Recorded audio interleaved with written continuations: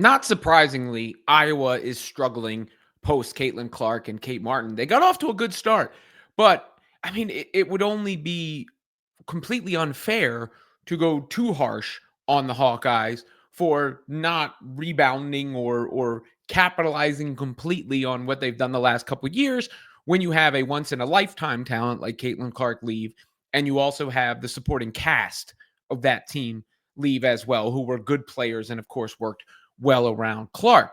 And then the coach leaves too, which brings in Jan Jensen, who I'm not criticizing at all. She's taking under a new endeavor. It's her job. She's being tasked to build something. She was given this great head start in a sense to get from like a running start. But then you're going to meet the wind coming in your face when everything leaves and you have to adjust. They got off to a great start this season, but the Hawkeyes, Iowa, in a bit of a tailspin. They've lost 4 straight games. I saw Lucy Olson out after the game shooting free throws because she missed some big ones. And that is what Jan Jensen chalked up the latest loss to after the loss that they suffered to Nebraska. Let me play you some of her press conference and get into my thoughts after that. But I wanted to table set it a little bit. The Hawkeye Report captured this press conference. And here are some of Jan Jensen's words amid the 4-game losing streak. You can do a lot of things, but you just can't make free throws for them, I think that's the mental game when kind of probably hangovers from, you turn that Maryland game somehow in that second half, right? I don't think the free throws are a problem as much, so that was just as, we had it, with what did we have, a 10, 11 point lead or something? I don't know what we had. Is that right? 64, 53. We just had a pretty flat group out there, just it kind of turned real quickly. So, yeah, but I think it came down, or no secret, it came down to those free throws. We just needed one of those to go. But I do think I saw a lot of progress, though. I thought the flow was better. I thought we were able to play a little faster. 24 assists on 30 buckets is really good. That's kind of what I like to see. Again, I'm liking the play of, Leah Guyton a whole lot, how efficient she was.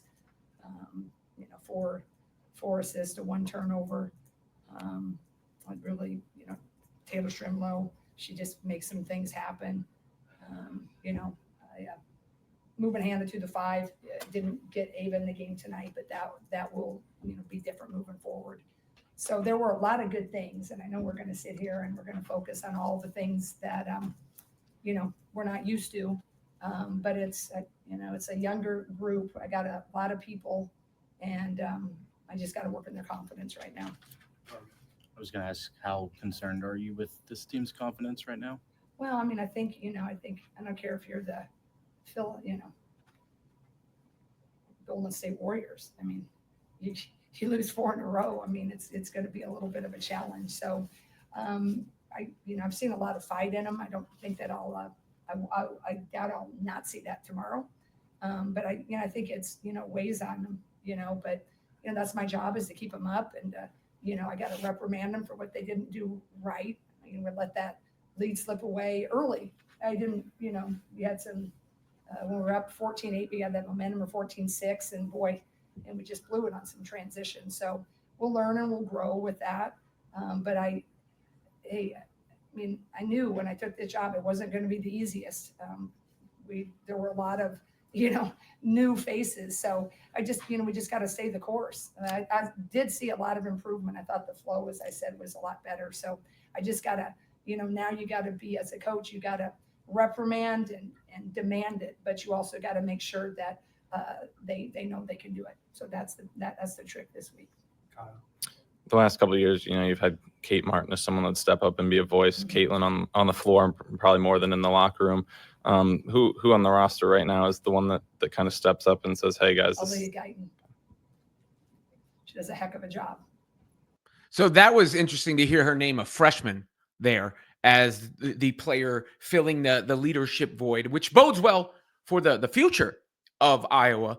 But one cannot talk about the Iowa women's basketball team's present or future without talking about the recent past. Hence the question Jensen was asked when she did name Guyton there. And I think that's the issue. I mean, maybe fans got a little excited at the start this team had, but it's an almost impossible situation to be put in to have a player like Clark who changed the entire trajectory, not of just that program, but of the WNBA and of women's basketball in general, and perhaps women's sports, right? Like, to have that happen to your team and bring in this unprecedented level of attention, not to mention play quality, more importantly, when it comes to the results, and then lose that, as well as everyone that helped build that together, you're going to have a setback.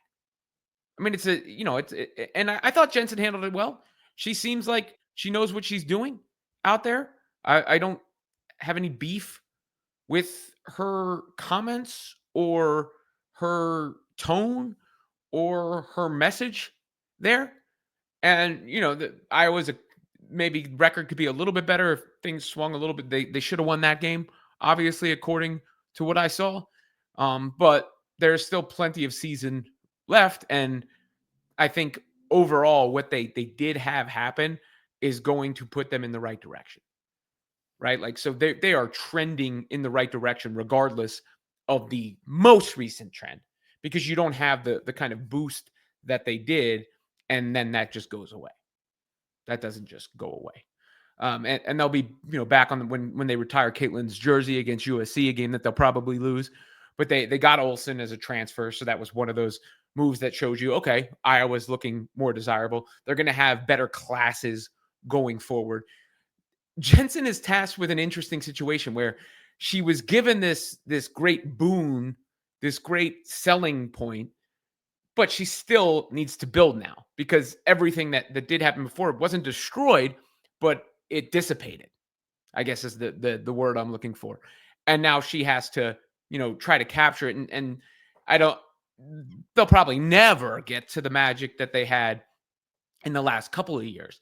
But I do think we will see Iowa become one of those programs that you talk about, in the mix of those programs, not at the very top necessarily, but certainly consistently in the mix of those programs that get a lot of people interested watching, and most importantly, start landing recruits. And we'll see how they do the rest of the season from here. But it is not surprising that they would be struggling post Lisa Bluter, post Kate Martin, post Caitlin Clark and company.